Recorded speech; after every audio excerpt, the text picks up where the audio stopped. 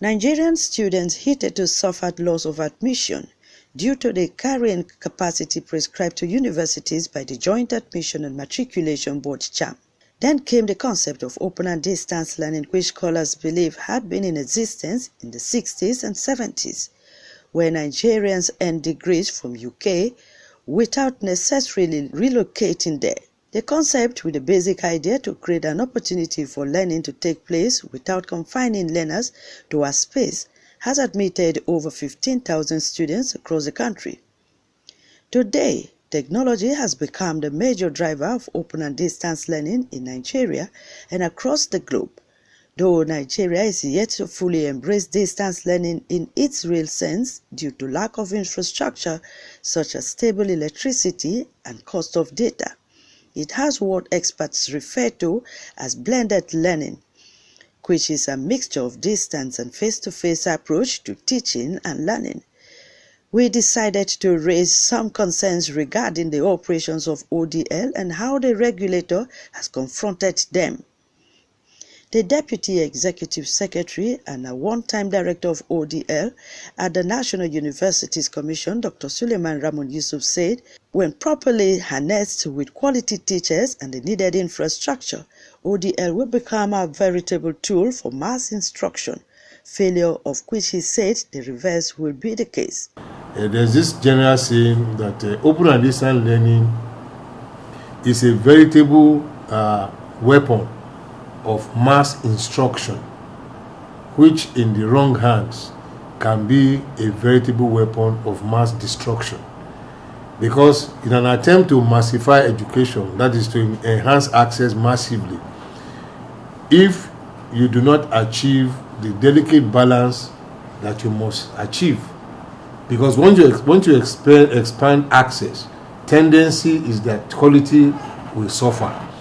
So those who are ODL professionals will tell you that there are different modalities for ensuring that you strike that balance so that your weapon of mass instruction does not become a weapon of mass destruction. Contrary to speculations that ODL graduates are unemployable, the astute scholar of high esteem believes that the graduates can match their counterparts in conventional universities as the curriculum is the same. Before you condemn graduates as being poor because they are graduates of open and distance learning, you need to ask the same questions. Which distance learning program did they graduate from? Because as I speak to you today, in my capacity as the staff of this commission, many of our universities have not perfected the open and distance learning mode. Even the National University of Nigeria.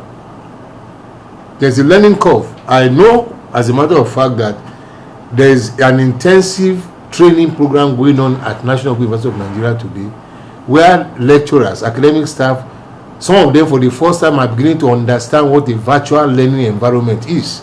How do you prepare materials for online education?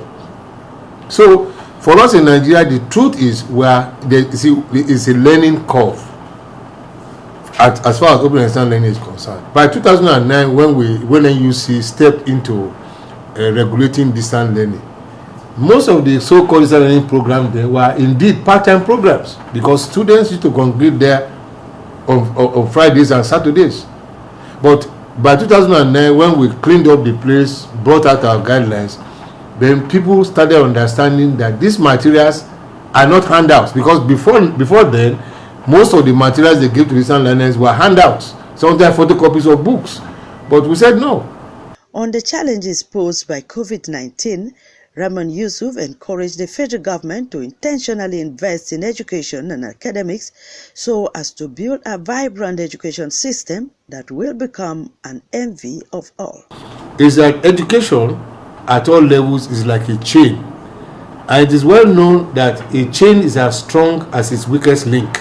So if we ignore primary level of education and focus on tertiary, we would have no foundation on which to do the tertiary.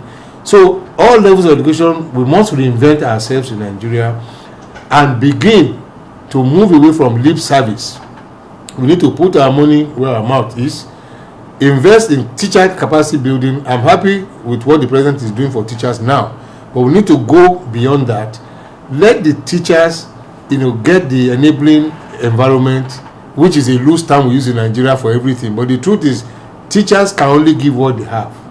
So we need to go back at the NCE level, train teachers who are digitally competent, because you cannot teach young children who already have computers if you are a teacher yourself who has not had a computer in your life. And that is what many teachers in primary schools are facing today. The children come from home with their tablets. The only tablet the teachers have are Panadol tablets. So I don't see how there can be compatibility in this type of interaction.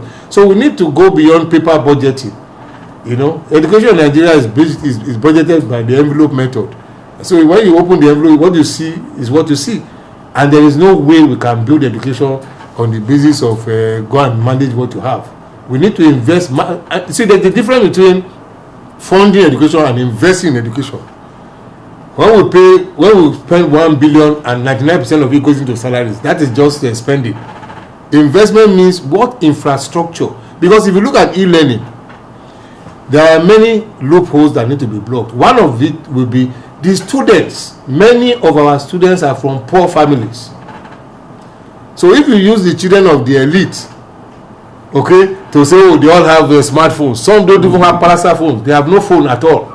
He says the Commission is at an advanced stage of approving online learning and degrees, but only to the extent that such universities will ensure that every student is accounted for and that learning is taking place on an evidence basis. Lulu Bankong, Prompt TV News, Abuja.